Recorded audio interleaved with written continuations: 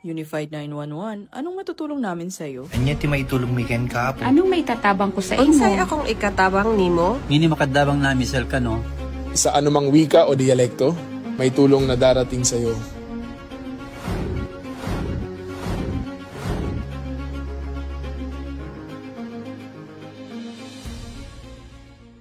Lilingkod sa bawat Pilipino at magbibigay ng tamang impormasyon para sa tahimik at maayos na Pilipinas. Police News Network, alagad ng batas, tagapagtaguyod ng balitang pulis, sandigan ng mamamayan, patnubay ng katotohanan. La Campo Crame, maghahatid ng pinakahuling kaganapan at nagbabagang balita. Ito ang PNN Police News Network. At ngayon, ang inyong mga tagapagbalita. Magandang araw, bagong Pilipinas. Ako ang inyong alagad ng batas, tagataguyod ng balitang pulis, Patrolwoman Sari Bernales. Maghahatid sa inyo ng tamang balita, kwento ng pulis at serbisyo para sa mamamayan. At ito ang PNP News Online. Ang pangunahing balita ng Police News Network, alagad ng batas, tagataguyod ng balitang pulis.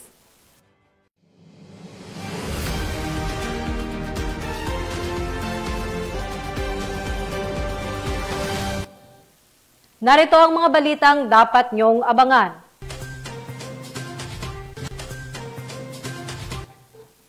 Pekeng opisyal ng AFP na aresto sa Nara, Palawan sa bisa ng Oplan Olea at Oplan Paglalansag, Omega. Mahigit 300 ng Pekeng ID tumambad sa mga tauhan ng PNP ACG sa Valenzuela City. At mahigit 1 milyong pisong halaga ng shabu nasabat sa Januay, Iloilo.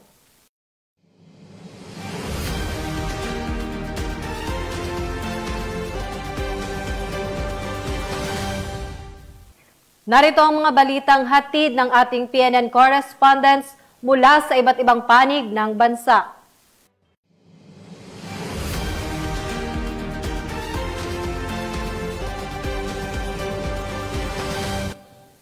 Simulan natin ang balita mula sa bahagi ng Luzon.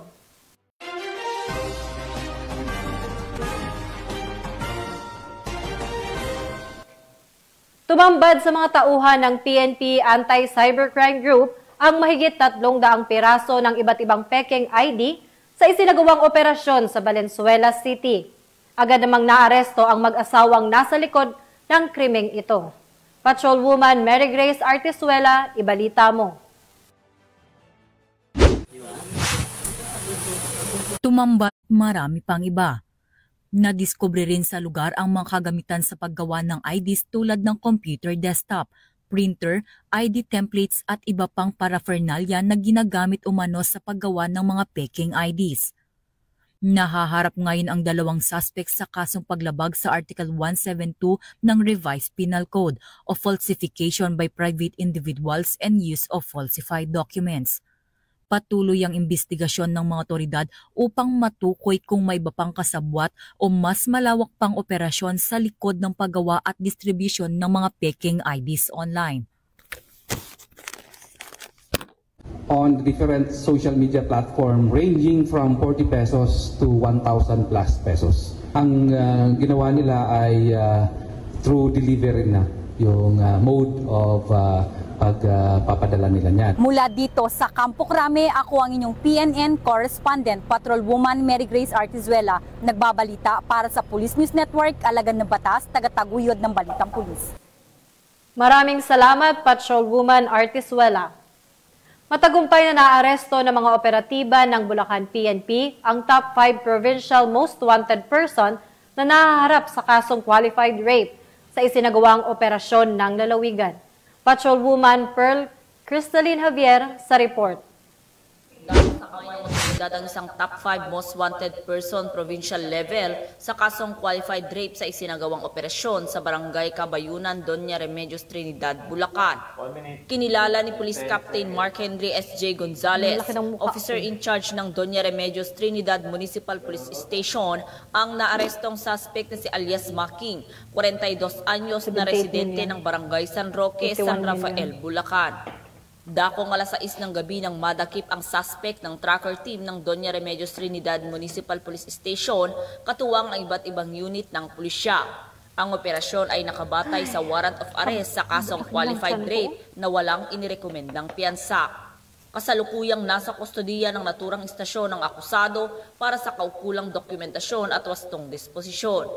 Patunay lamang ito na ang kapulisan ng Bulacan sa pamumuno ni Police Colonel Angel L. Garciliano, Provincial Director, katuwang ang iba't ibang unit ng PNP ay patuloy sa mas pinaigting na kampanya kontra kriminalidad alinsunod sa agenda ng pamahalaan na itaguyod ang kapayapaan at kaayusan sa buong bansa. Mula dito sa Bulacan Police Provincial Office, ako ang inyong PNN Correspondent, Patrolwoman Pearl Cristalina Javier, alagad ng batas, tagataguyod ng Balita Pulis. Maraming salamat, Patrolwoman Javier. Arestado ang isang peking opisyal ng Armed Forces of the Philippines matapos ang ikinasang operasyon ng pulisya sa ilalim ng Oplan Olea at Oplan Paglalansag Omega sa bayan ng Nara, Palawan. Yan ang tinutukan ni Patrolwoman Eloisa Beredo. Naaresto ng pinagsanib na pwersa ng Criminal Investigation and Detection Group at iba pang law enforcement units ang isang lalaki na nagpakilalang opisyal ng Armed Forces of the Philippines sa isinagawang operasyon nito lamang ika-9 ng Setyembre taong kasalukuyan sa loob ng tanggapan ng Municipal Mayor sa Barangay Poblasyon, Nara, Palawan. Kinilalang sospek na si alias Mark Anthony Osmeña Hasim, 34 anyos, residente ng Puerto Princesa City.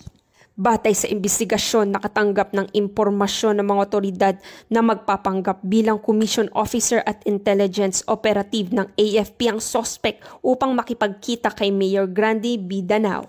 Kaagad na ikinasa ng mga operatiba ang operasyon sa pangunguna ng Criminal Investigation and Detection Group Puerto Princesa City Field Unit, katuwang ang CIDG Palawan Provincial Field Unit, Counterintelligence Task Force Puerto Princesa, and Provincial Intelligence Team Palawan, Regional Intelligence Unit Bimaropa, Nara Municipal Police Station at Intelligence Division ng Western Command ng Armed Forces of the Philippines. Sa pagpasok ng sospek at kanyang mga kasamahan sa tanggapan ng alkalde, nagpanggap itong opisyal ng AFP nang makahalata sa presensya ng mga operatiba. Nagtangka itong tumakas ngunit agad na nasukol at nadakip. Isinuko naman ng kanyang kinakasamang isang itim na shoulder bag na naglalaman ng mga sumusunod na ebidensya, isang kalibre .38 Smith & Wesson Springfield, 5 bala para sa kalibre .38, isang Philippine Army Identification Card, isang slim bag, isang bull ring ng Philippine Army AFP, isang camouflage scarf, isang set ng General Office Attire uniform ng Philippine Army. Nabigong magpakita ng kaukulang dokumento at otorisasyon ng sospek para sa pagdadala ng baril at pag-aangkin ng ranggo o posisyon sa AFP.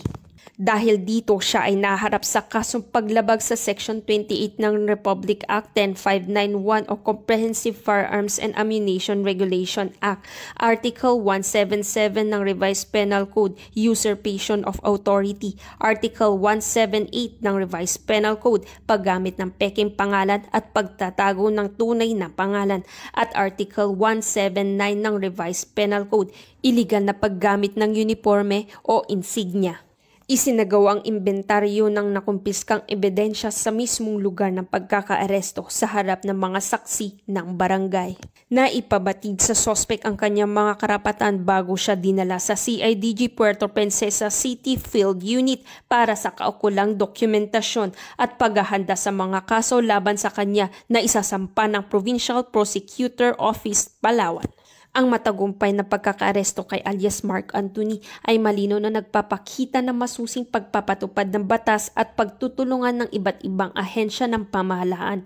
Ito ay alinsunod sa 7-point agenda ni Acting Chief PNP Police Lieutenant General Jose Melencio Nartates Jr., particular sa pagpapatibay ng integridad ng kapulisan, masusing kampanya laban sa kriminalidad at pagpapanatili ng kapayapaan at seguridad sa mga komunidad. Mula dito sa Palawan Police Provincial Office, ako ang inyong PNN Correspondent Patrolwoman Eloisa Joy Beredo, alagad ng batas, tagataguyod ng balitang pulis. Maraming salamat, Patrolwoman Beredo. Patuloy na pinapalakas ng Police Regional Office 2 ang kanilang kampanya laban sa bullying at maling paggamit ng emergency hotline matapos magsagawa ng information drive sa mga kabataan at residente ng Cauayan City. Ang report mula kay Patrolwoman Lainey Lorenzo. Tagumpay na nagsagawa ng dalawang magkahiwalay na symposium ang Cauayan City Police Station, katuwang ang Police Regional Office 2, Regional Community Affairs and Development Division at Police Community Affairs and Development Unit na ginanap sa Cauayan City National High School Main Campus at Office of the Senior Citizen Affairs nito lamang ika-10 ng Setyembre taong kasalukuyan. Pinangunahan ni Police Major Sharon C. Malinlin, Chief Regional Public Information Officer, ang talakayan na tumuon sa mga paksang anti-fake news, anti-bullying at 911 response. Ang unang symposium ay dinaluhan ng mga guro at mag-aaral, habang ang ikalawang bahagi naman ay nilahukan ng mga opisyal ng sangguniang kabataan, lokal na pamahalaan at intern students. Nagpahayag ng pasasalamat ang pamunuan ng paaralan at lokal na pamahalaan sa ganitong inisyatiba ng kapulisan na layong palawakin ang kaalaman at palakasin ang ugnayan ng kabataan, pamahalaan at komunidad tungo sa ligtas at mapayapang lipunan. Mula dito sa Lambak ng Cagayan, ako ang inyong PNN Correspondent Patrolwoman Lainey Lorenzo, alagad ng batas, tagataguyod ng balitang pulis. Maraming salamat, Patrolwoman Lorenzo. Bilang simbolo ng Benguet Police Provincial Office noong Setyembre 10, 2025, ang benepisyaryo ay si Ginang Remedios Olas Santos, 56 taong gulang at residente ng sitio Lukbuban, Poblasyon Itugon, Benguet. At dahil sa kanyang iniindang karamdaman na nagpapahirap sa kanya sa paglalakad at pagtayo, humingi siya ng tulong sa pamunuan ng Benguet PPO. Matapos niyang mabasa sa social media ang tungkol sa naturang proyekto. Agad tumaksyon si Pico Lambert A. Suerte, Provincial Director ng Benguet PPO, at ipinag-utos ang mabilis sa pagtugon sa pangangailangan ni Ginang Santos. Pinangunahan ni Police Major Edwin C. Sergio, Deputy Chief ng Police Community Affairs and Development Unit, ang personal na paghahatid ng wheelchair sa benepisyaryo. Lubos ang pasasalamat ni Ginang Santos sa ipinakitang malasakit at maagap na pagtugon ng kapulisan sa kanyang kahilingan. Ang proyektong Gulong ng Swerte ay patuloy na isinusulong ng Benguet PPO upang maipabot ang tulong sa mga indibidwal na may kapansanan at higit na nangangailangan. Isang patunay ng serbisyong may puso at malasakit. Mula dito sa Baguio City, ako po inyong PNN Correspondent, Patrolwoman Layaw, alagad ng batas, tagataguyod ng balitang pulis. Maraming salamat, Patrolwoman Layaw. 3 drug suspects ang naaresto ng mga tauhan ng Northern Police District sa ikinasang operasyon kontra ilegal na droga. Ang buong detalye ng report mula kay Patrolwoman Ivy Corporal. Arestado ang 3 drug suspect ng mga tauhan ng Northern Police District sa magkahiwalay na bypass operation sa Valenzuela at Malabon City. Ayon kay Police Brigadier General Jerry B. Protasio, Acting District Director ng NPD sa Valenzuela City, naaresto ang isang 42 anyos na lalaki sa Barangay Kanumay West matapos makuhanan ng mahigit 15 gramo ng hinihinalang shabu at mga drug paraphernalia. Samantala, sa Malabon City naman, 2 lalaki edad 18 at 45 ang nadakip sa Barangay Lungos kung saan nakumpiskahan ang ang humigit kumulang 10.3 gramo ng shabu. Mahaharap ang mga sospek sa mga kasong pagnabag sa Republic Act 9165 o mas kilala bilang Comprehensive Dangerous Drug Act of 2002. Mula dito sa Camp Bagong Diwa, Bikutan, Taguig City, ako po ang inyong PNN correspondent, Patrolwoman Ivy Corporal, alagad ng batas, tagataguyod ng Balitang Pulis. Maraming salamat, Patrolwoman Corporal. Sama-samang lumahok ang mga unit ng pambansang pulisya sa isinagawang nationwide simultaneous earthquake drill na layong palakasin ang kahandaan ng mga mamamayan sa oras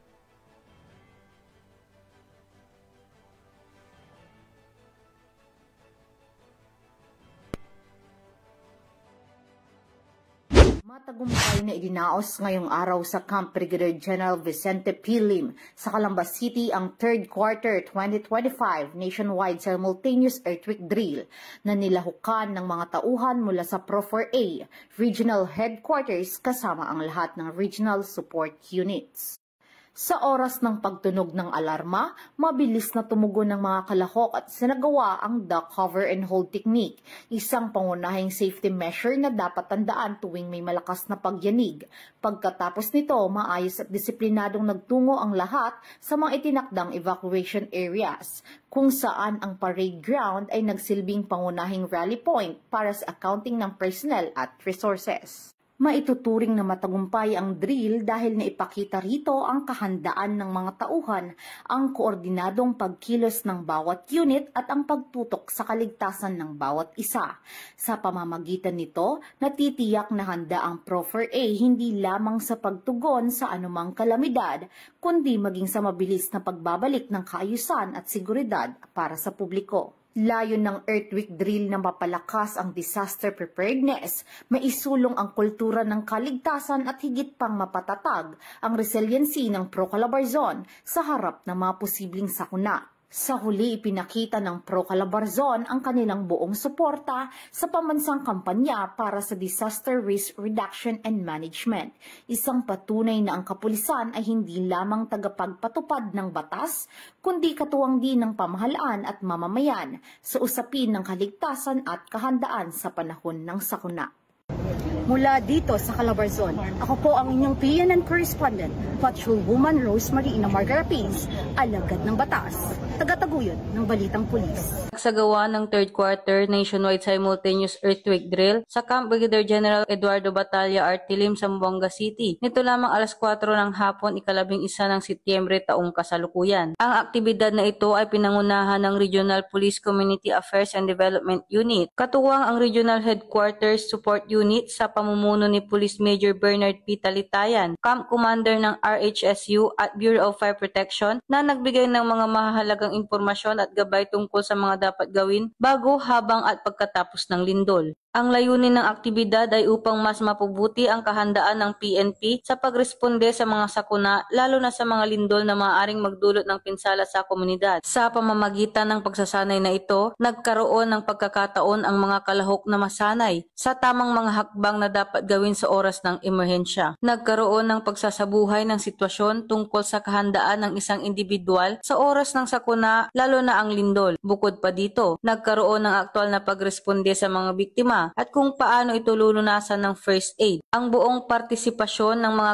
nakilahok ay isang patunay na nagpapakita ng pagtutulungan tungo sa maayos na pagsasagawa ng isang aktibidad katulad nito. Ang aktibidad ay hindi lamang nakatuon sa mga pulis, kundi pati na rin sa iba pang ahensya ng gobyerno at mga komunidad na nagbibigay diin sa kahalagahan ng pagtutulungan sa panahon ng crisis. Ang 3rd quarter nationwide simultaneous earthquake drill ay bahagi ng mas malawak na programa ng pamahalaan upang mas mapalakas ang disaster preparedness at resiliency ng bansa na mahalaga lalo na sa mga lugar na madalas tamaan ng lindol. Hinimok din ang mga nakilahok na mas maging mapagmatyag at maging handa sa lahat ng pagkakataon tungo sa mas ligtas, masaya at maunlad na bagong Pilipinas. Mula dito sa Zamboanga Peninsula, ako ang inyong PNN correspondent, Patrolwoman Rosemary Conde, alagad ng batas, tagataguyod ng Balitang Pulis.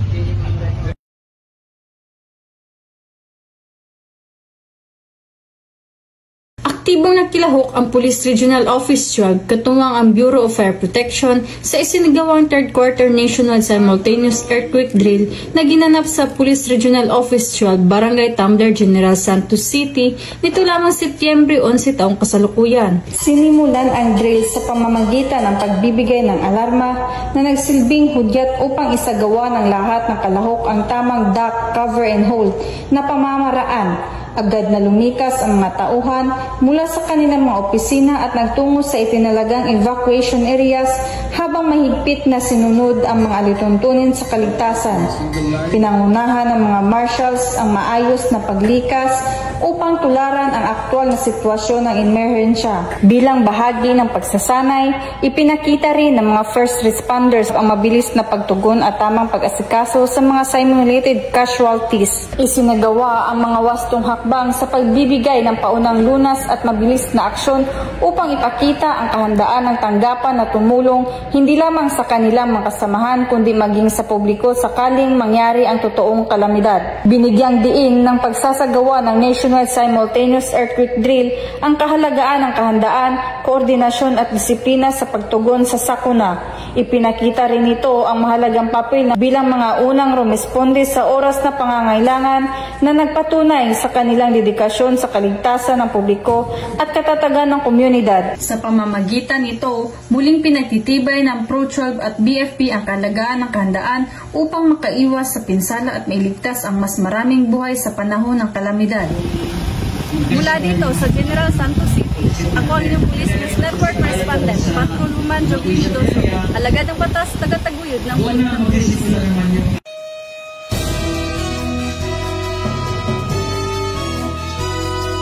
Reduction and Management Office. Of our readiness for the big one. Kami, lubos na nagagalak dahil sa nakita namin. Dahil yung kahandaan ng buong NCRPO. Malaki ang partisipasyon ng RMDU NCR dito sa isinagawa nating earthquake drill, sir. Ano talaga ang pinaghandaan ng RMDU para maging matagumpay? Ito nga earthquake drill na pinuri ng ating mga bisita, sir. Paghahanda ay mula sa kabuuan ng ating health service. Kung mapapansin mo na isa sa mga pinagpuri ng ating NDRMO is ang dami namin naging responders. Nung minabuti namin na kahit non-medical personnel, kahit yung mga allied personnel natin, ay sinama natin bilang responders. Kasi hindi lang ito paghahanda, hindi lang naman namin ito kinoconsider na parang paghahanda, kundi parang actual na senaryo na rin. Yung mga paghahanda namin sa aming kagamitan, sa pagsasanay ng ating mga kasamahan sa RMDU at sa mga tao at sa mga lahat ng mga galaw ng ating ambulansya, ng pagtingin ng patient sa triage, sa pagtrato sa mga patient kapag sila ay dumarating sa ating triage. So, ano ang may papayo mo sa ating mga kababayan, partikular sa mga kabataan? Ang sagot ay hindi sila magpanik kapag dumating yung tinatawag nating big one. Tama ka dyan. Talaga namang napakauna, isa sa mga pinakuna nating iisipin, kahit anumang sakuna, yan man ay lindol o kahit anumang mass casualty incident, wag ka magpapanik. Presence of mind na kung saan iisipin mo palagi ang kaligtasan ng iyong sarili bago mo iligtas ang iyong mga nasa kapaligiran. So sir, baka mensahe ka sa tropa ng RMDU na talaga namang kitang-kita na masigasig at makakatotohanan yung ginawa nilang representasyon dito sa earthquake drill na ginawa natin. Nagpapasalamat ako sa kabuuan ng Regional Medical Dental Unit NCR kung hindi sa kanilang tulong at sa kanilang magiting na pagresponde dito sa ating ginawang NCED drill ay hindi magiging matagumpay itong NCED na ito. Mula po dito sa NCRPO Camp Bagong Diwa, Bicutan, Taguig City. At sa ngalan po ng aming Regional Director ng NCRPO, Police Major General Anthony Abirin. Kami po ang inyong Police News Network Correspondent. Ako po, si Police Chief Master Sergeant Mauricio Bonilla Ruiz. Patrolwoman Evelyn Tilungabi. Alagad ng batas, tagataguyod ng balitang pulis. Police News Network. Alagad ng batas, tagapagtaguyod ng balitang pulis. Sandigan ng mamamayan, patnubay ng katotohanan.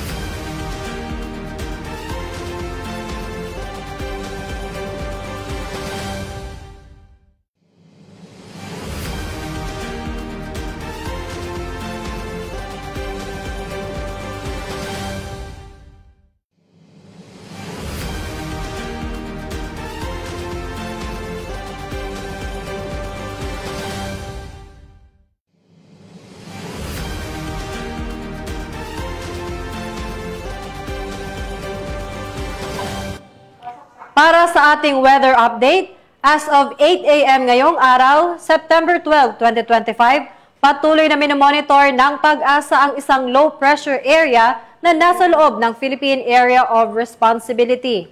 Ayon sa ahensya, mababa o low ang posibilidad na maging tropical depression ito sa loob ng susunod na 24 oras. Pinapayuhan ang lahat na patuloy na mag-monitor ng mga update mula sa DOST PAG-ASA para sa pinakabagong lagay ng panahon. Tunghayan naman ang mga balita mula sa Visayas.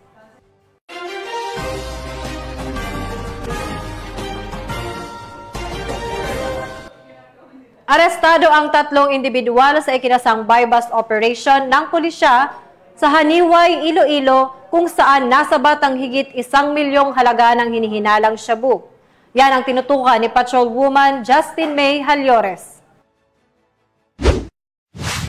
Sa ikinasang buy-bust operation ng mga operatiba ay matagumpay na naaresto ang 3 individual matapos makumpiska ang humigit kumulang 150 grams ng hinihinalang shabu na nagkakahalaga ng tinatayang 1,020,000 pesos sa Barangay Guines, Haniwa, Iloilo nito lamang 11 ng Setyembre taong kasalukuyan.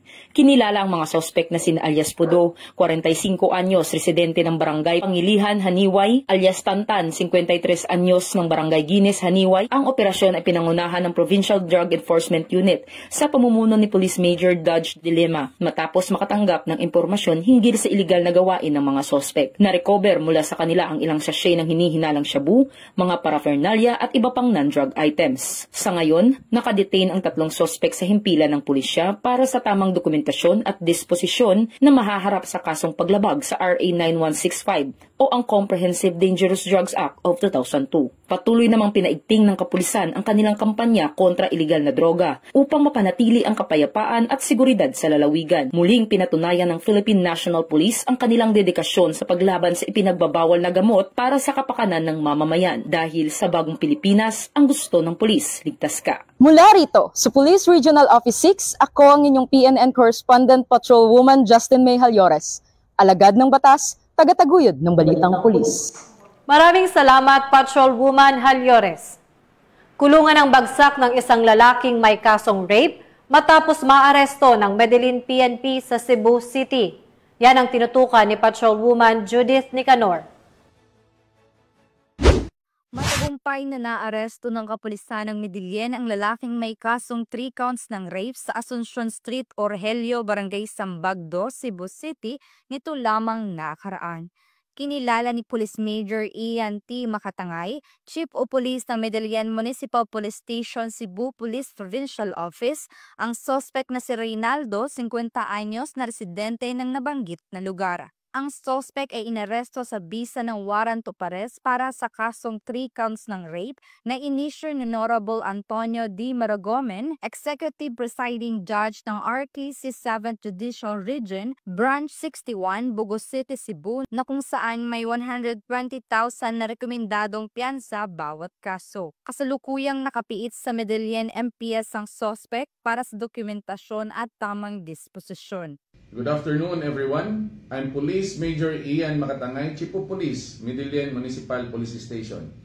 I extend my highest commendation to the officers and personnel of Medellin Municipal Police Station for the successful implementation of warrant of arrest against a suspect charged with 3 counts of rape who had been hiding from the law for 10 long years.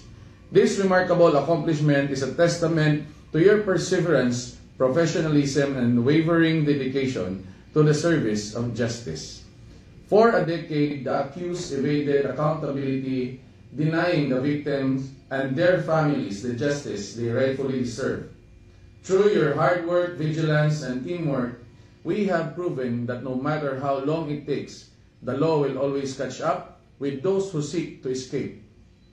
It is this arrest stands as a strong message that Medellin MPS will never relent in its pursuit of truth, justice, and peace. I also express my deepest gratitude to the community. Your continued trust, cooperation, and support make operations like this possible. A safe and peaceful Medellin can only be realized when the police and the people work together, bound by the common goal of protecting the innocent and holding wrongdoers accountable. This milestone reflects the Philippine National Police vision of swift and responsive service, accountability, and modernization. It also strengthens our collective commitment to make Medellin a place where justice reigns and where families can live without fear. To my personnel, let this achievement inspire you to carry out your duties with even greater resolve, courage, and integrity. To the community, let us remain united in rejecting violence and crime in all forms. Together, we will ensure that Medellin continues to be a safe and peaceful home for everyone. Mabuhay ang Medellinhanon, mabuhay ang PNP. Ang matagumpay na pagka-aresto ng sospek ay patunay ng Medellin PNP ng kanilang mas pinaigting na pagpapatupad ng batas upang panatilihing ligtas at payapa ang komunidad alinsunod sa direktiba ni Police Lieutenant General Jose Melencio C. Nartates Jr., Acting Chief Philippine National Police. Mula dito sa Central Visayas, ako yung Police News Network Correspondent Patrolwoman Judith Nicanor. Alagad ng batas, tagataguyod ng Balitang Pulis. Maraming salamat, Patrolwoman Nicanor. Sa patuloy na operasyon ng pulisya kontra kriminalidad, huli ngayon ng mga otoridad ang nakatalagang top 9 provincial most wanted person sa kasong panggagahasa sa Barangay Quezon Jr. or Moc City. Patrolwoman Maria Elena Singian sa report. Autoridad ang tinaguriang top 9 provincial most wanted person na may kasong rape matapos mahuli sa Barangay Quezon Jr. or Moc City. Naaresto ang akusado bandang alas 2:09 ng hapon ng mga tauhan ng Ormoc City Police Station 6 kasamang City Intelligence Team Ormoc at Regional Intelligence Unit 8 sa bisa ng warrant of arrest para sa kasong rape sa ilalim ng Article 266-A1D ng Revised Penal Code na walang inirekomendang piyansa. Ang akusado ay dinala sa Ormoc City PS6 para sa kaukulang dokumentasyon at tamang disposisyon. Patunay lamang na ang pambansang pulisya ay hindi nagpapabaya sa kanilang sinumpaang tungkulin na hulihin ang mga taong tiwalag sa batas upang mapanatiling ligtas ang komunidad nang sa gayon maipatupad ang kapayapaan ng bansa para sa ligtas at maunlad na bagong Pilipinas. Mula dito sa Eastern Visayas, ako ang inyong PNN Correspondent Patrolwoman Singian. Alagad ng batas, tagataguyod ng Balitang Pulis. Maraming salamat, Patrolwoman Singian. Narito naman ang mga balita mula sa bahagi ng Mindanao.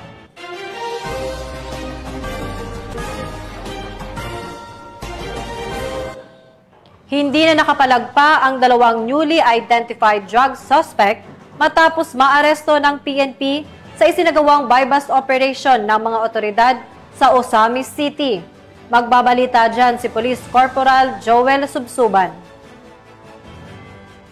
Dalawang newly identified drug suspects sa ikinasang buy-bust operation ng mga operatiba sa Osamis City Police Station sa Purok Makugihon, Barangay Maningkol, Osamis City.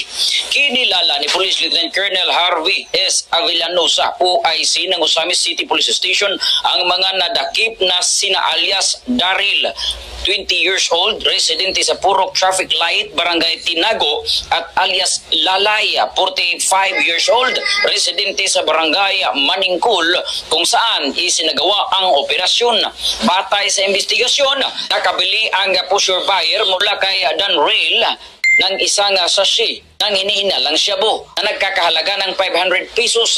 Ang kapkapan, ang suspek nakuha pa ang isa pang sachet sa hinihinalang shabu. Dagdag pa rito, nakumpiska rin mula sa kanilang tinutuluyang bahay ang dalawang sachet ng hinihinalang shabu at iba't ibang drug paraphernalia gaya ng mga lighter, improvised toter, improvised needle at mga gamit na aluminum foil. Sa kabuuan, 4 na sachet ng hinihinalang shabu, mga drug paraphernalia at ang buy-bust money na 500 peso bill ang nasamsam mula sa mga suspect. Kasalukuyang nasa kustudiya ng Osamis City Police Station ang dalawang akusado habang inihanda na ang mga kasong isasampa laban sa kanila.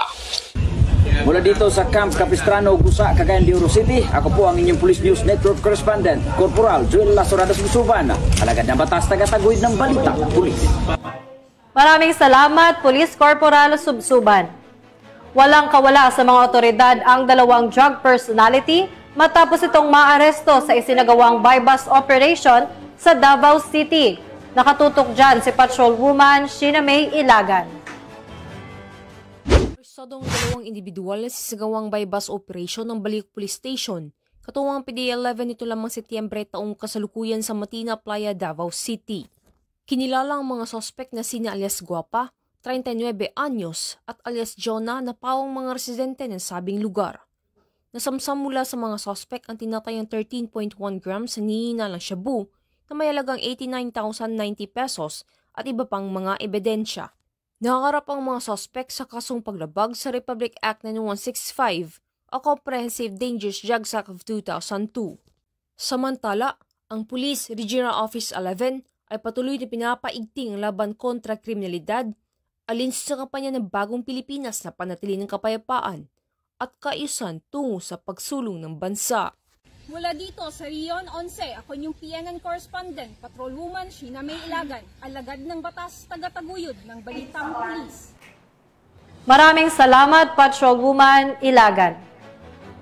Nagkaisa ang Philippine National Police Commission on Elections at Armed Forces of the Philippines sa pagsasagawa ng Unity Walk at Peace Covenant Signing bilang bahagi ng kanilang paghahanda para sa nalalapit na halalan. Yan ang balitang hatid ni Patrolwoman Angelica Bandarlipe. Isang matagumpay na Unity Walk at Peace Covenant Signing ang pinangunahan ng PNP, COMELEC at AFP sa Sheriff Aguac, Maguindanao del Sur nito lamang 11 ng Setyembre taong kasalukuyan.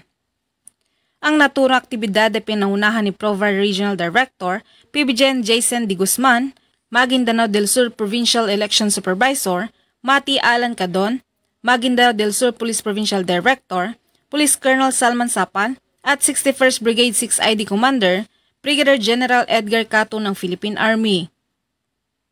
Dumalo rin sa aktibidad ang mga tumatakbong kandidato para sa lokal na posisyon, mga leader ng komunidad at mga kinatawanan mula sa iba't ibang sektor ng naturang lugar.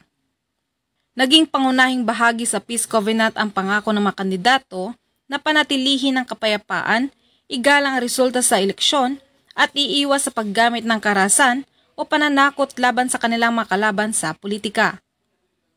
Ang naturang aktibidad ay naglalayong maitaguyod ang mapayapa at maayos na halalan sa darating na eleksyon sa rehiyon.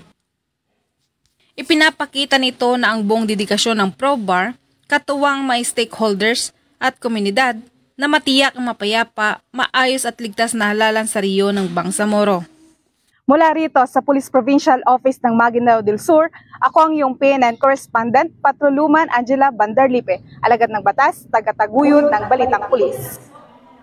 Maraming salamat, Patrolwoman Bandarlipe. At para sa ating breaking news, nakahanda na ang 2,550 na pulis na ipapakalat sa nakatakdang block protest. Bukas, September 13, 2025. At bago po tayo magtapos, nais lang po naming batiin si Patrolman Joshua Jimenez ng happy birthday. God bless and enjoy your day, sir. At yan ang mga balitang nakalap ng ating PNN correspondents mula Luzon, Visayas at Mindanao. Sa ngala ng pamunuan ng Philippine National Police sa pangunguna ni Acting Chief PNP Police Lieutenant General Jose Melencio Nartates Jr. at sa pamumuno ni President Ferdinand Bongbong Marcos Jr., kami ay maglilingkod sa bawat Pilipino at magbibigay ng tama at balanseng balita. Mula rito sa tanggapan ng tagapag-ugnay ng Pambansang Pulisya, kami ang inyong alagad ng batas, tagataguyod ng Balitang Pulis. Ako ang inyong tagapag-ugnay, Patrolwoman Sari Bernales. Maghahatid ng tamang balita, kwento ng pulis at serbisyo para sa mamamayan at ito ang PNP News Online, ang pangunahing balita ng Police News Network.